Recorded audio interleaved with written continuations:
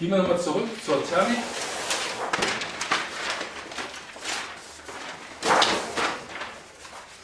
In der Ebene. Wir schauen jetzt mal von oben auf. Wir haben hier eine Waldkante. Also das hier alles ist hier Wald. Wir fliegen hier haben wir unseren Flugplatz. So, die Windfahne geht in diese Richtung. Wunderbar, leichte Strömung und wir landen und starten hier. Ne? So. Mit Seitenwind starten wir raus. Okay. Wir haben hier so ein paar Baumreihen, wir haben hier eine Pappelreihe, das ist ja schön eingekleidet und das hier vorne ist ein großes Feld. Ein riesengroßes Feld und wir haben Fliegerkameraden, die immer ihre Klotzrunden da fliegen. Aber wir als Segelflieger haben natürlich den Gedanken, wir wollen oben bleiben. Und oben bleiben bedeutet ja auch wissen, was ist.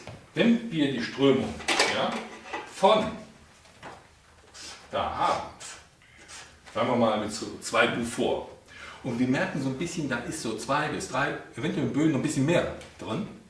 Aha, da sind Böen drin. Aber das Wetter ist ja atypisch. Wenn wir normale Strömungen haben, Luftströmungen, Großwetterlagen, müsste die Strömung ja gleichmäßig sein. Das ist die aber bei Thermik nicht. Bei Thermik, es gibt einen Trugschluss. Da muss ich gleich Schluss machen. Es gibt rechts- und linksrum drehende Thermik. Egal auf welcher Kugel wir sind, auf welcher Halbkugel wir sind. Es ist rechts- und linksrum drehend. Und ich habe Aufnahmen gemacht und habe hochgefilmt, wie sich die Wolken oben neu formiert haben, wie die sich gerade kondensiert haben. Die haben teilweise rechts und bei den anderen haben sie linksrum gedreht. Also das ist irgendwie wahrscheinlich der Flügelschlag, der den Impuls gibt. So dreht dann das. Und wie das mit der Corioliskraft immer so gesagt ist, ich weiß es nicht, ich kann es nicht nachvollziehen. Also auf jeden Fall ist es so, dass wir Thermik haben, die aufsteigt. Wenn das jetzt unser Boden ist, hier ist unser Wald, so Gebiet, so, hier. Und hier hinten haben wir die Pappelreihe stehen, also hier oben. Und hier starten wir in den Bereich. Dann müssen wir gucken, wenn die Sonneneinstrahlung kommt, der Wind treibt die Luftblase, die hier entsteht, hier diese Warmluftblase, immer weiter dahin und heizt sie weiter auf. Die wandert auch dahin. Die wandert immer weiter dahin, bis sie dorthin kommt, an die Kante und dann anfängt abzulösen. Und dann können wir hier einfach, man nennt dieses hier dann auch ganz frech, diese Kante, das ist die thermische Ablösekante. Also wirklich, ihr könnt dahin fliegen, Start, rum und fliegt da hinten entlang und guckt mal, was so passiert. Da findet ihr irgendwie Duselthermik. Ja, also ihr fallt irgendwie in ein Bad rein, wenn die Parameter stimmen, sich quasi dieses Paket, was sich vielleicht hier befindet gerade, sich dann da ablöst und hochgeht. Es gibt auch Tage, da gibt es keinen Wind. Also wenn kein Wind ist und die Thermik entsteht hier, das ist so verwirrend, da kann man hier rankommen und fliegt hier, geht das Vario los, man fliegt hier in den Gebiet und man ist fest überzeugt, da geht's los. Irrtum. Es kann auch hier losgehen, es kann auch da losgehen, es kann auch hier losgehen, es kann auch da losgehen. Diese riesen Blase, man weiß nicht, die schwebst du auf einmal oben drauf, hier in 100, 150 Meter Höhe, schwebst du oben drauf, wie auf einem Blubber, und dann geht hier irgendwie was hoch, aber will nicht so richtig, dann versucht man dann wie wild zu kreisen und ist völlig frustriert, dass man den Bart nicht packt. Das ist ein Zeichen, dass das Ding noch nicht reif ist, das ist noch nicht los, das geht noch nicht los.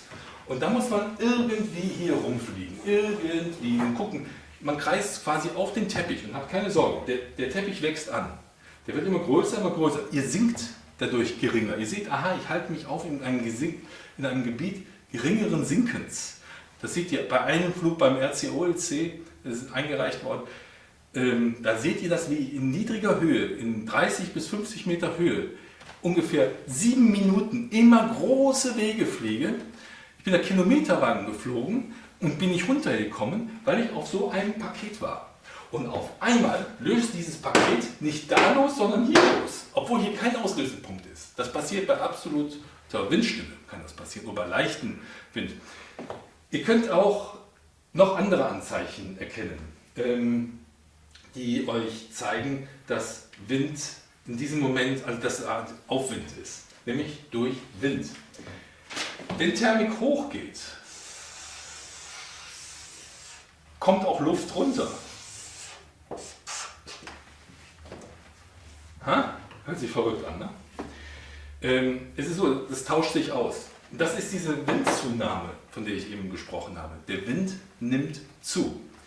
Wenn wir zum Beispiel den Wind von hier kommen haben mit einer Windstärke und wir haben ein rechtsdrehendes System als Wind hier, als Thermikschlauch und wir stehen hier, kriegen wir auf einmal immer so von hier leicht den Wind so gestreichelt von der Seite. Wir sind es gewöhnt, wir stehen jetzt hier so quasi in die Richtung, wo die Thermik ist und wir kriegen den Wind so gestreichelt. Auf einmal kommt der Wind von vorne. Ja, also er kommt auf einmal von hier.